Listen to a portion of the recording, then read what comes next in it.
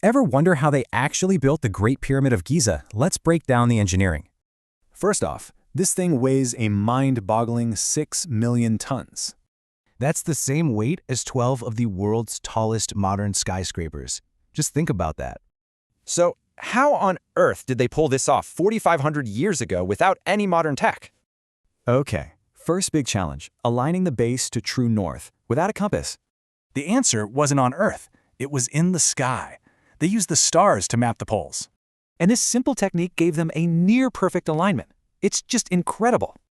Next up, how do you get a foundation 9 football fields wide, perfectly level? Well, one theory is pretty ingenious. They dug trenches, filled them with water, and leveled from there. For smaller checks, they also probably used a simple A-frame level. Super simple, but effective. All right, the site's ready.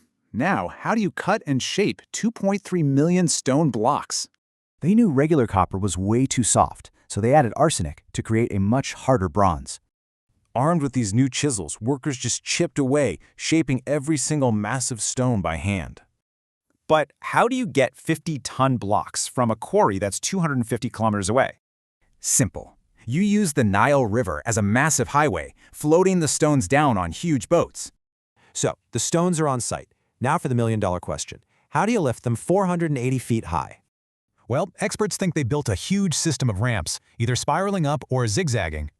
Then, armies of workers would have just pulled those massive blocks right up the slope. But for the inner chambers, they used granite, and granite is almost as hard as diamond. So what was their secret weapon for this? Get this, a saw with no teeth. They used the copper saw to push abrasive sand back and forth. The sands did the actual cutting. And this process was so slow, it could take up to 4 months to cut just one block. So from the stars to the sand, every single problem had a clever, low-tech solution. It all just makes you wonder, right? What does this ancient ingenuity tell us about what we're capable of?